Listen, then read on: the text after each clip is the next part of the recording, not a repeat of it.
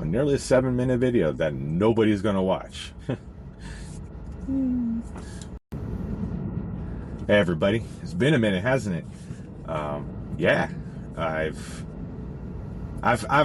gone through a little bit, just still grinding with the DoorDash, Instacart, Uber Eats thing, just kind of trying to figure out what I'm going to be doing next in my life.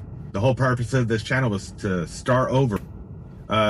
DoorDash and the gig work was not meant for me to be a long-term solution, and I need to finally make a jump towards making the next step of my life. I need to start pushing myself a little bit.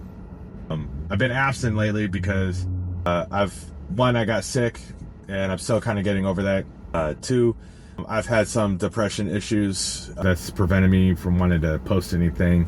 You know, I just kind of deal with my own problems.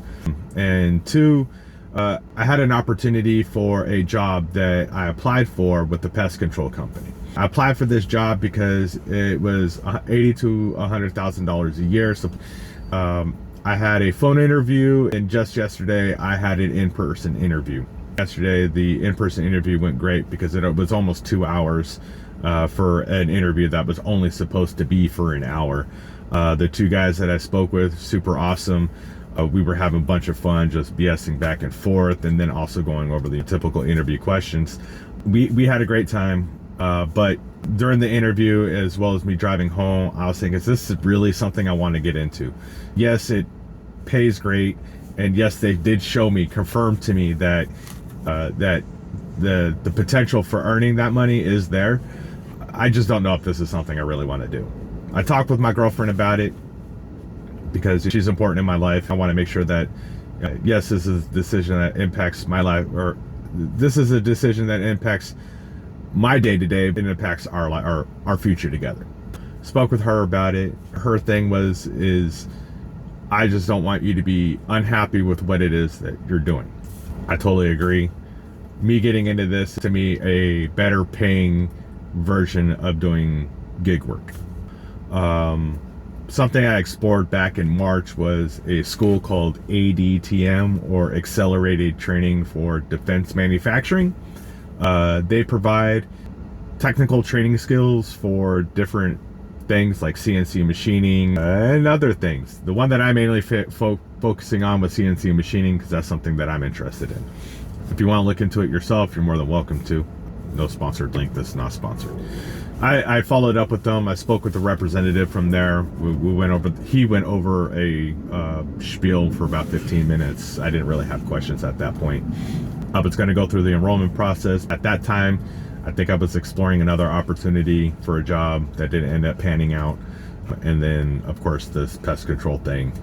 After the pest control thing, this really isn't for me. I've kind of made the decision that I'm moving forward with ATDM. The couple of big things for me is that this will require for me to, for 4 months, move out of state from Bay Area, California to Danville, Virginia. That's going to be a big change for me. I've only ever lived out of state one other time, Albuquerque, New Mexico, or Rio Rancho, whatever.